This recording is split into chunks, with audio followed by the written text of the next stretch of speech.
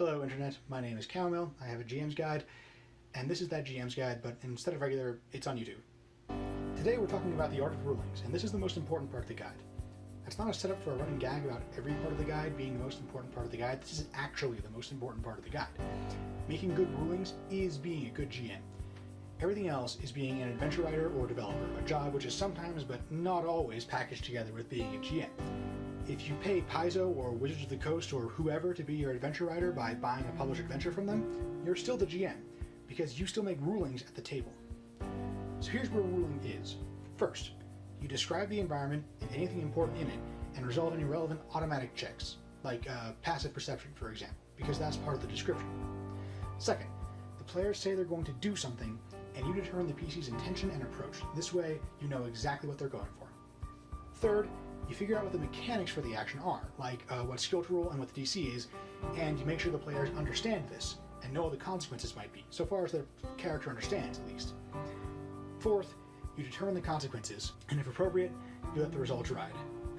Now in practice, you need each of these steps to be automatic and reflexive to avoid bogging the game down while you go through a checklist every time the players do anything. And a lot of these steps probably already are reflexive for you. If you're missing one, focus on adding it to each and every ruling until it becomes automatic. It shouldn't take too long to get good at them. If you're missing several, you want to focus on one at a time. Trying to add in more than one at a time will just dilute your focus and make the learning process both more frustrating and less effective. So if you're not in the habit of resolving passive perception checks immediately, and you're also not in the habit of determining PC's intention and approach, focus on one of those and then the other. Right? So first, focus on getting the passive perception down until it happens every time without thinking, and then your focus will be freed up so that you can focus on determining PC's intention and approach. Step one is to present a situation to your players. You describe the environment itself, and then anything in that environment that is immediately important, which usually means important NPCs, monsters, or treasure. Nothing in the scene ever needs to be described with more than 2 details, and usually 1 is plenty, and that includes the environment the room takes place in. There are probably 3 dozen individual objects in a tavern that you can attach a detail to while describing the place. But if the players are in the tavern to meet a Shady Quest ATM, spend 1 or 2 details in the tavern and 1 or 2 details on Shady, and that's enough. The whole thing shouldn't take more than 2 sentences. But you also shouldn't be skipping the description of the tavern or of Shady. You want players to remember what this place was like and who they're talking to, which both mean that you should give them a description that makes them stand out, and also that you should keep the description short so they don't zone out. The details that you give should as much as possible set them apart from every other tavern and grizzled old man in the world. If the tavern has hay on the floor and thick wooden tables, well, most taverns do, and most players won't remember that. If the tavern has a shrine to the god of health in one corner and drunks go there to pray for no hangover in the morning, that's memorable. Now, if the players have just rolled up to a major hub city for the campaign and you really need to get the description out of the way in a hurry, you might have a much longer description that includes 3 different shops, 4 different important factions or major NPCs, and a half dozen major threats intended to keep the players occupied for the next 10 adventures. But most of the time, you'll either be presenting a simple situation, in which case you can devote 1 sentence to the room that they're in and 1 sentence to the important monsters, treasure, or NPCs in it, and you'll be done. And most of the rest of the time, you'll be presenting players with an update to a situation, in which case you can probably get away with a sentence fragment if you really want to shine in the word economy department. When presenting a situation, your goal should always be to make it as short as possible while still describing every important thing in that scene with 1 and maybe 2 distinguishing details. When rolling up to that hub city, for example, if you can spread the description around so that only 1 or 2 new shops, factions, or threats are introduced at a time, that's way better than introducing them all at once. Players want to interact with your world, not to listen to you describe it, so only resort to long descriptions or narration when you can't find any other way to deliver important information to the PCs by the time they'll need it. Don't be so scared that you never do it even when you have to, but be wary enough that you don't do it unnecessarily. Now, you aren't finished presenting the situation until you've resolved any automatic checks. Passive perception is common knowledge these days, but passive knowledge isn't. If there's something in the situation that the players could know more about by rolling a knowledge check, ask them to roll that check immediately after you finish describing the scene. Or alternatively, you could handle it like passive perception. Keep all your players' knowledge scores on your side of the screen, and then roll obscurity of the fact in question just like you'd roll stealth for an enemy. The bonus on that is going to be equal to the fact's DC minus 10. So if a fact would be a DC 15 to recall with a knowledge check, you can roll its obscurity at +5 against the player's passive knowledge, and the math is basically identical. Now, every time your player enters a new room in a dungeon, a new building in a town, or a new leg of their overland journey, or whatever, there's a chance they could be required to make a perception or knowledge check. The amount of times there will actually be something to perceive or not is somewhere south of 10%, which means players can glean a lot of information just from rolling the dice at all. Even if they don't abuse this metagame information, and hopefully your players aren't that kind of player, they're still tugged a bit out of their character's perspective because they now know something their character doesn't. You can solve this online by making hidden checks. On Roll20, for example, the command /GM roll will allow you to make checks for stealth or obscurity in secret. If playing in person, you'll need to be a little craftier. Absent-mindedly roll the die every time players enter any new situation. This will happen once every 5 or 10 minutes or so, but that's not a problem because you don't have to actually resolve anything. Every time players enter a new room, you roll a die, you casually glance down at it, and if there's not actually anything there to detect or know, you don't even have to focus on the die long enough to read it. For similar reasons, developing a habit of casually rolling dice just to hear the sound they make is advised. Now, it's worth remembering, the goal here is not to trick the players. It's to help them get into and stay in character by keeping OOC information out of their hands. If your players are any good, they'll make an effort to keep IC and OOC knowledge separate, but they'll probably have a better time if they don't have to. You know, the idea here is not to fool your players, except maybe in the sense of performing a magic trick on them. You know, the idea here is to help them have the experience that they came here for. Once you finish presenting the situation, players have exactly 2 methods of interacting with it. They can ask for more information or they can declare actions. So step 2 is the players taking action. If you've done your job right, the players will not need to ask for more information ever, but in practice, players are going to semi-regularly ask questions because no GM is perfect, we're all mortal, and sometimes we leave out an important detail because we didn't realize the players would think it was important. Now, when a player declares an action, there are 2 components applied to the player, the intention and the approach. The intention is what the player wishes to accomplish with the action, and the approach is how they plan to do it. Make sure both of these things are clear before you start adjudicating anything. Usually it's pretty straightforward. When a player says they're going to climb a wall, their intention is to get to the top of the wall, and their approach is by climbing. But sometimes it's murkier. Let's say a player is trying to shove a guard on a bridge. Maybe they're trying to intimidate him. Maybe they're trying to move him 1 square away so they can draw a weapon without provoking an attack of opportunity, or maybe they're trying to shove him off the edge and insta-jib the sucker. The approach can also be unclear, for 2 reasons. Firstly, because sometimes players just describe their intention alone. I want the king to give us an army so we can go fight the Dark Lord. Other times, the players will suggest a skill in a vacuum, without an approach attached. The player will just say, I roll diplomacy on the king. In both cases, you need to ask for more information. In the first, when the player says, I want the king to give us an army, you say, okay, how are you going to get him to give you an army? And in the second, when he says, roll diplomacy, then you say, okay, but what exactly are you saying to him? It is important both for role-playing purposes and also because the specific approach of the player might convey important bonuses or penalties to the roll or change which skill is rolled. In step 3, the GM supplies mechanics, and just like you need to make sure you understand the player's intention and approach before rolling any dice, the player needs to understand what mechanics they're rolling. Sometimes this is because skills have overlap and the players might be hoping to roll one skill instead of another where both apply. You can measure the strength of a skill list in part by how often it's unclear which skill a certain action calls for, but no skill list is perfect, so there's always going to be some situations where there's some kind of overlap. Other times, it's because the player hadn't realized what the mechanical consequences would be. That's a word. There may have been a miscommunication and they didn't realize how tall the building they're jumping off of was and how much falling damage they'd take. They might not have realized they'd have to roll their terrible Arcana skill, not because they thought another skill would apply, but just because they didn't really think about it at all. The supplying mechanics stage is also when you figure out how difficult the action is. You might not tell the player what DC they're looking at if the character has incomplete information on the problem, but you should still know what it is yourself, and that way you can be sure that you're being as objective as possible when you interpret the results. You don't see the result and then decide whether or not you think it should succeed.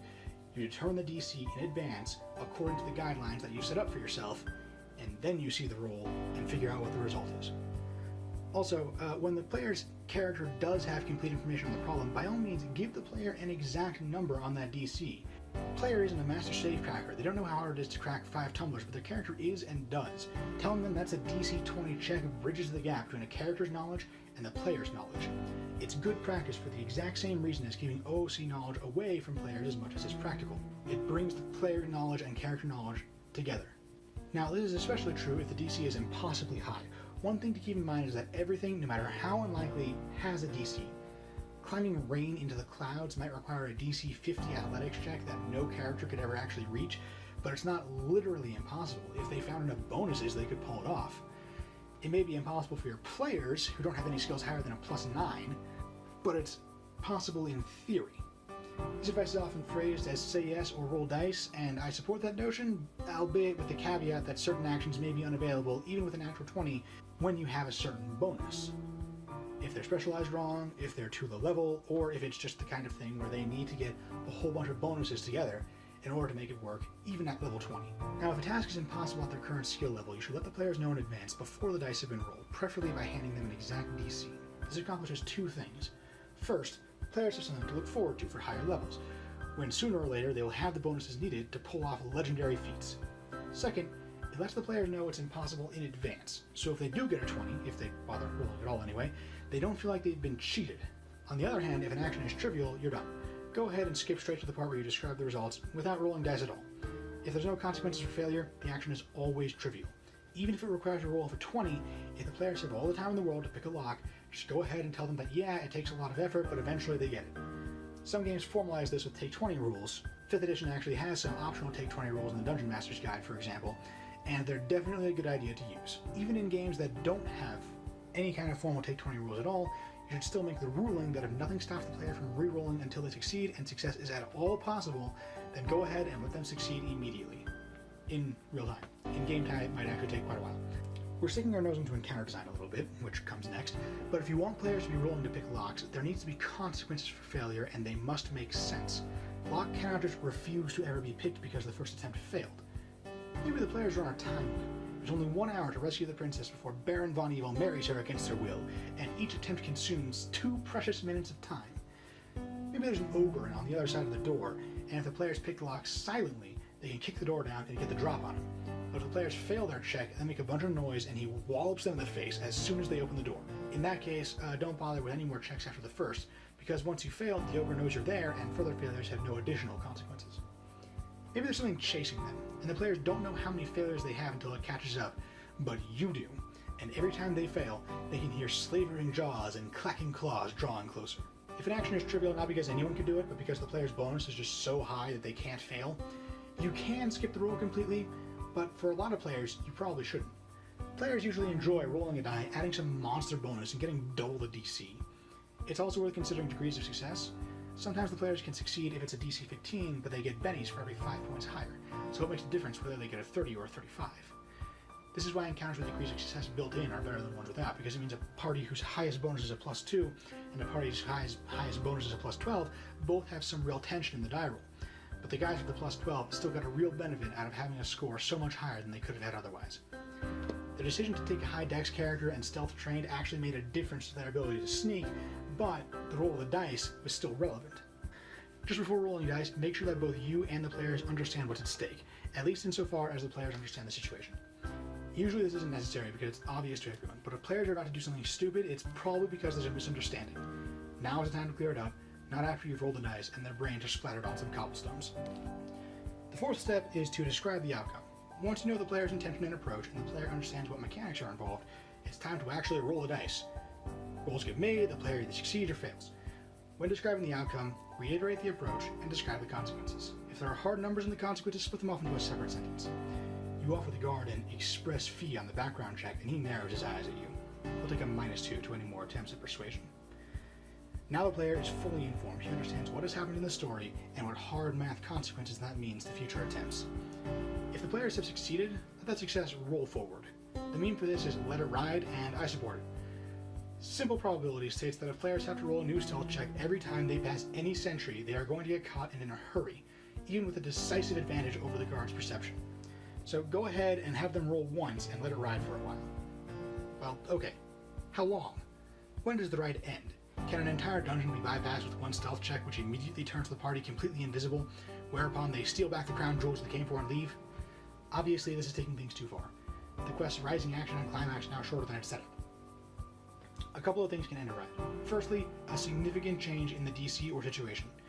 If the party snuck past orc sentries but now they have to sneak past keener-nosed wargs, that can either end the ride or at the very least call for a new perception check against the riding stealth check.